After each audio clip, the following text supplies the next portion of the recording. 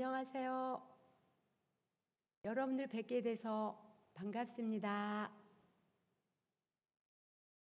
저는 이번에 성서신학을 통하여 다시금 저의 신앙을 재확인하는 소중한 시간이었습니다.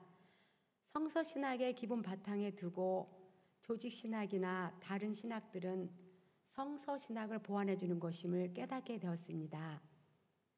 무엇보다 대강절 기간에 종의 고난에 대한 노래들을 배우게 되면서 주님이 이 땅에 오신 섬김의 목적을 다시금 확인하게 되었습니다.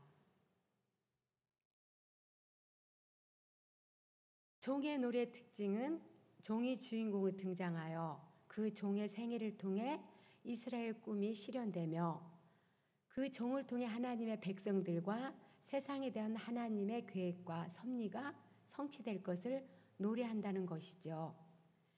여기에서 중요한 것은 구약의 종은 메시아이신 예수 그리스도와 연관이 되는 것입니다. 그렇다면 어떻게 연관이 되는지 우리 함께 살펴보겠습니다. 첫 번째, 두 번째, 세 번째, 네 번째. 이사야에는 4개의 종에 대한 노래가 나옵니다. 네 번째에 보면 보라 내 종이 형통하리니 하나님의 종은 사람들의 죄 때문에 모욕과 멸시와 능욕과 고통을 받는 고난의 종을 표현합니다. 종의 노래에 대한 가장 중요한 특징은 고난을 받는다는 것입니다. 이사야 53장 10절에 형통하리니 이는 히브리어로 아스킬입니다. 이해하다, 성공하다, 지혜롭게 행하다, 즉 헌신적으로 행동하다는 뜻을 의미하고 있습니다. 종의 고난은 희생 제사의 의미를 해석합니다. 속건 제물 중에 희생적 죽음은 죄인들을 하나님 앞에서 우리의 죄 허물에서 해방하여 자유를 주므로 인간의 죄를 보상했습니다. 무엇보다 고린도전서 15장 3절의 사도 바울의 말씀에 의하면 속건 제물을 속죄 제물로 번역하는 것은 성경대로 그리스도가 우리 죄를 위하여 죽으셨다고 말할 수 있었던 것입니다. 구약에는 이사야서뿐만 아니라 종이 고난받는 처절한 모습을 보여주는 가장 대표적인 시편 22편을 볼 수 있는데요. 바로 이 시편은 5번째 복음서라고 말하기도 하죠. 22편 1절 내 하나님이여 내 하나님이여 어찌하여 나를 버리셨나이까. 마지막에 내 겉옷을 나누며 속옷을 제비 뽑나이다. 이 말씀은 사복음서에 다 기록된 중요한 말씀입니다. 이스라엘 왕으로 세움을 받은 종은 다윗의 그 고난은 예수님 고난과 묘사를 했습니다. 이 시편에 묘사된 상황 속에 있는 사람이 느끼고 있는 괴로움이 무엇인지 정확히 표현하고 있습니다. 그럼에도 다윗은 고난 가운데서 믿음을 붙잡고 있다는 것이죠. 죽음의 자름에서도 구원함을 받은 자의 탄식과 동시에 감사하며 소망의 노래를 합니다. 하나님께서 자기 백성을 끝까지 책임져 주시고 돌보실까라는 믿음을 가지고 있습니다. 종은 사람들에게 무시당하고 조롱당하고 사랑한 친구에게 배반당했습니다. 그 종의 간절한 부르짖음에 하나님은 듣고 외면치 않으시고 구원하십니다. 저와 여러분도 주님을 섬기다가 삶의 현장에서 사람들에게 무시당하고 조롱당하며 사랑하는 사람으로부터 배반을 당하는 경우는 있지 않는지요? 이는 너무 아픕니다. 시인은 어떤 상황 속에도 하나님 의지하고 그 고난을 극복하는 방법을 가르쳐주고 있습니다. 그렇다면 사랑하는 사람으로부터 배반을 당한다 우리는 어떻게 대처해야 할까요? 다윗이 생명이 끊어질 정도로 극심한 환난과 수많은 역경을 겪기는 했지만 마침내 하나님의 구원의 은총을 노래하는 자리에서 이룰 수 있었듯이 주님을 통한 구원, 역사와 하나님 나라의 완성은 어떠한 방해에도 불구하고 온전히 성취가 될 것임을 알려주고 있습니다. 오늘 종의 노를 배우면서 매우 독특한 특성을 발견하게 됩니다. 한 사람에게 우리의 삶과 죽음이 달려 있다는 것이죠. 그 한 사람은 누구일까요? 우리는 그 한 사람을 예수 그리스도라고 고백하게 됩니다. 이 얼마나 신비로운 일인지요. 우리가 믿는 하나님의 말씀은 인간의 이성으로는 이해할 수가 없습니다. 그리스도의 죽음은 인류를 구수하고 해방시켜준 사건입니다. 무엇보다 중요한 것은 그 인자가, 메시아가 종이 오신 목적은 선언은 섬김입니다. 죽음은 종에게 끝이 아니었습니다. 종은 영원한 생명을 받게 될 것입니다. 여기에 부활이 명시적으로 나타나지 않지만 부활이 암시되고 있습니다. 성경대로 그 종은 사흘 만에 다시 살아납니다.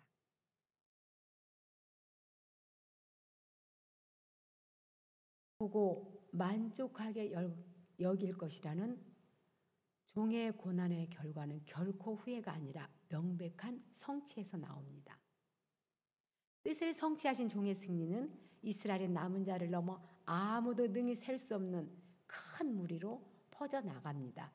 계시록 7장 9절에 이 일 후에 내가 보니 각 나라와 족속과 백성과 방언에서 아무라도 셀 수 없는 큰 무리가 흰 옷을 입고 손에 종려 가지를 들고 보좌 앞과 어린 양 앞에 서서.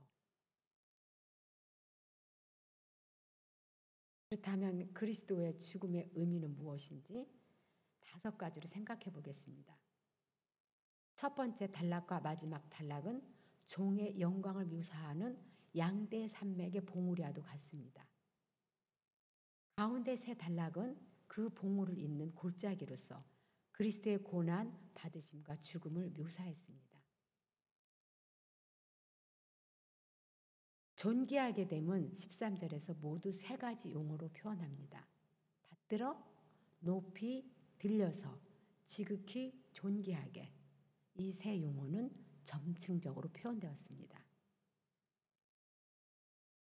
그 종은 하나님의 오른쪽 보좌에 앉으신 것을 의미합니다. 빌립보서와 에베소서에서 말씀해서 모든 정사와 권세와 능력과 주관하는 자와 이 세상뿐만 아니라 오는 세상을 일컫는 모든 이름에 뛰어나게 하시고 다음은 낮아짐을 다루고 있습니다.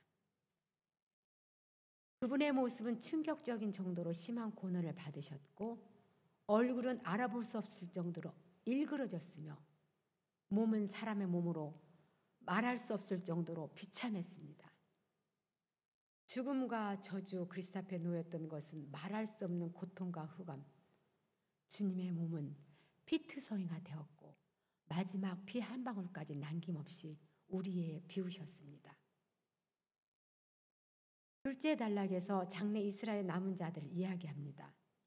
주님이 처음 오실 때 종 대신 메시아를 어떻게 대접할지를 말하고 있죠. 이들은 메시아를 찌르고 애통할 것입니다. 그들은 영광스러운 종과 그분의 순환들에 대해 들었지만 그 구절을 그대로 믿지 않았습니다.